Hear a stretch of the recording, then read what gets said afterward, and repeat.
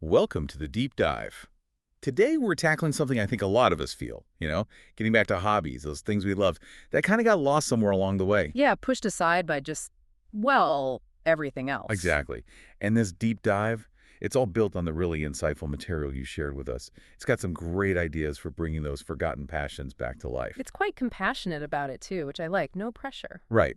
So our mission today is basically to unpack those core insights. We want to help you reconnect with activities that used to bring you joy, even when life feels overwhelmingly loud. It's about finding those sparks again. Definitely. Okay, let's unpack this. So where do we start? I think the material really nails why we lose touch in the first place. It does, the daily grind, right? Just the sheer weight of responsibilities, work.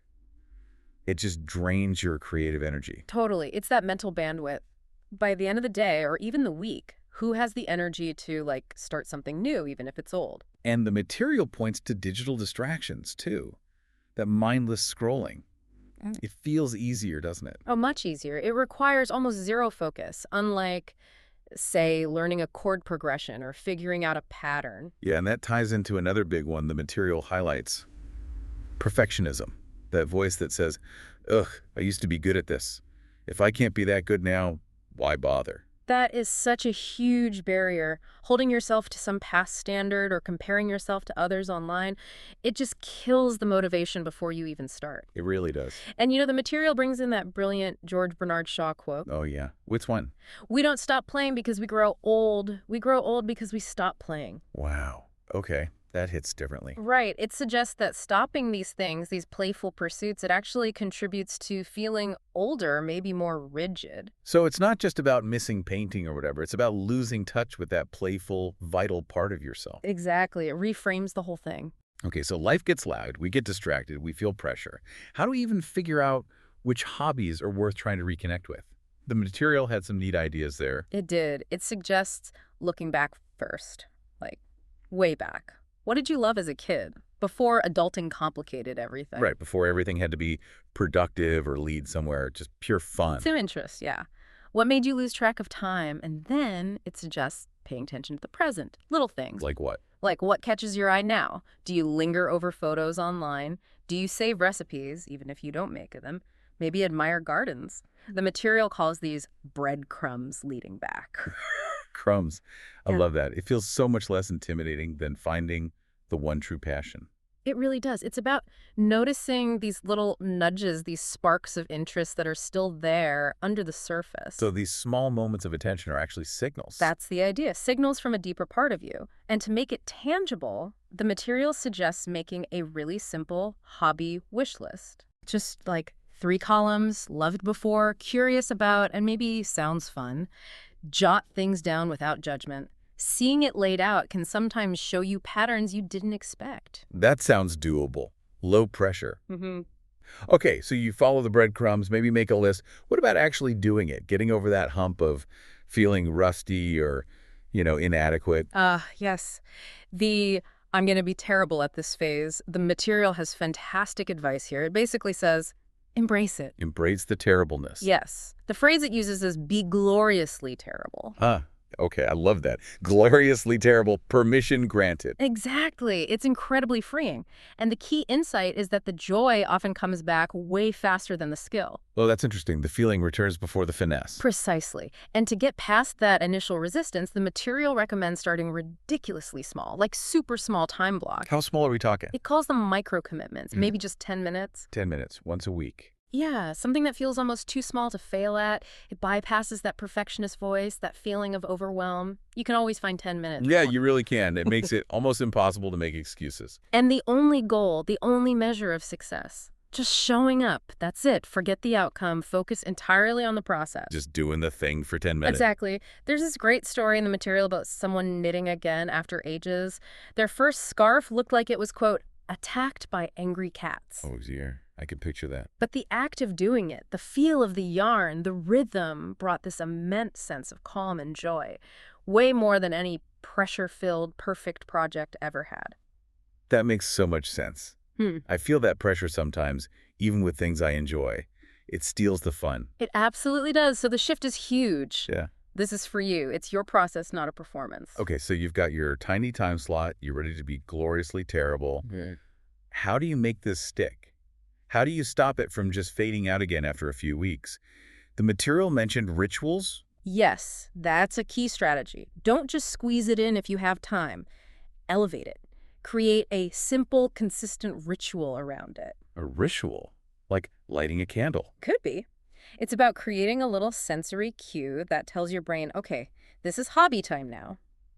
It suggests picking a specific time, say, every Tuesday evening or Sunday afternoon. Setting it in the calendar. Yeah, and pairing it with something pleasant. Maybe it's making a specific type of tea, putting on a particular playlist, pouring that glass of wine you mentioned earlier. Ah, like the painting example from the material.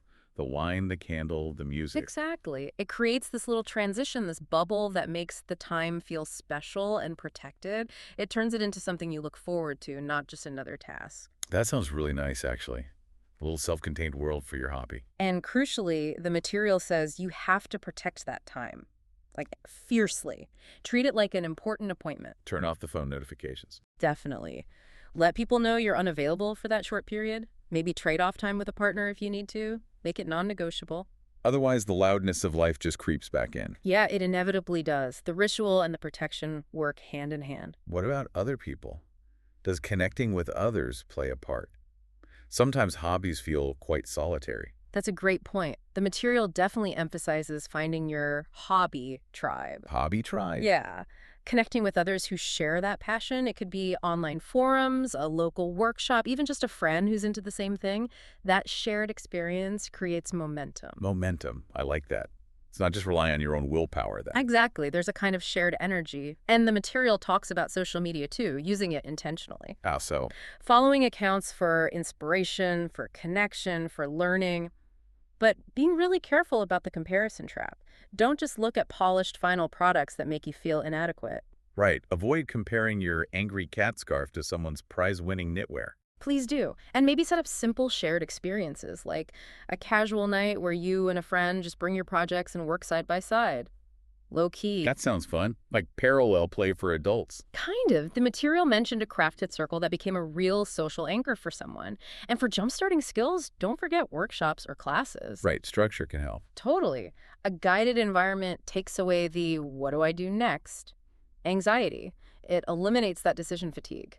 Okay, this all sounds great for getting back into something you know you loved. But what if you try? You pick up a guitar again, or the knitting needles, and it just doesn't feel the same. That spark isn't there anymore. Yeah, that definitely happens. And the material addresses this really kindly, I think. It frames it not as failure, but actually as growth. Growth. How? Well, if an old hobby doesn't click anymore, it probably means you've changed, you've evolved, and that's something to celebrate, not mourn. Okay, that takes the pressure off. It's okay if past me loved this, but present me doesn't. Absolutely.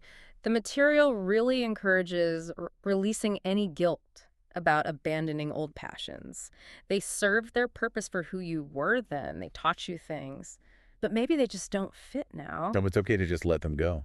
Completely. Mhm. And it's okay to explore new things without feeling like you have to commit for life. Sampling isn't being flaky. It's being curious. Exactly. And the material says your interests naturally shift with your life stage or circumstances. Maybe that intense physical hobby you love doesn't work anymore, but something quieter does. It gave that example of rock climbing perhaps evolving into bonsai cultivation. Okay, yeah, I can see that arc. Different energy, different focus. Right. So the suggestion is to try a hobby tasting menu approach.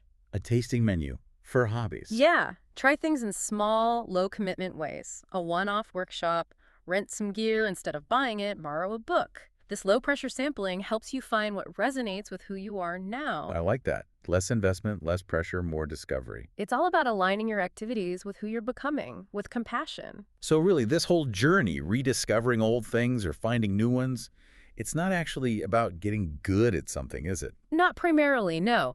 The material makes it clear the real payoff isn't hitting expert level. It's those small moments of flow. Flow, where time just kind of disappears. Exactly. Yeah. That feeling of being completely immersed. Those moments of immersive enjoyment.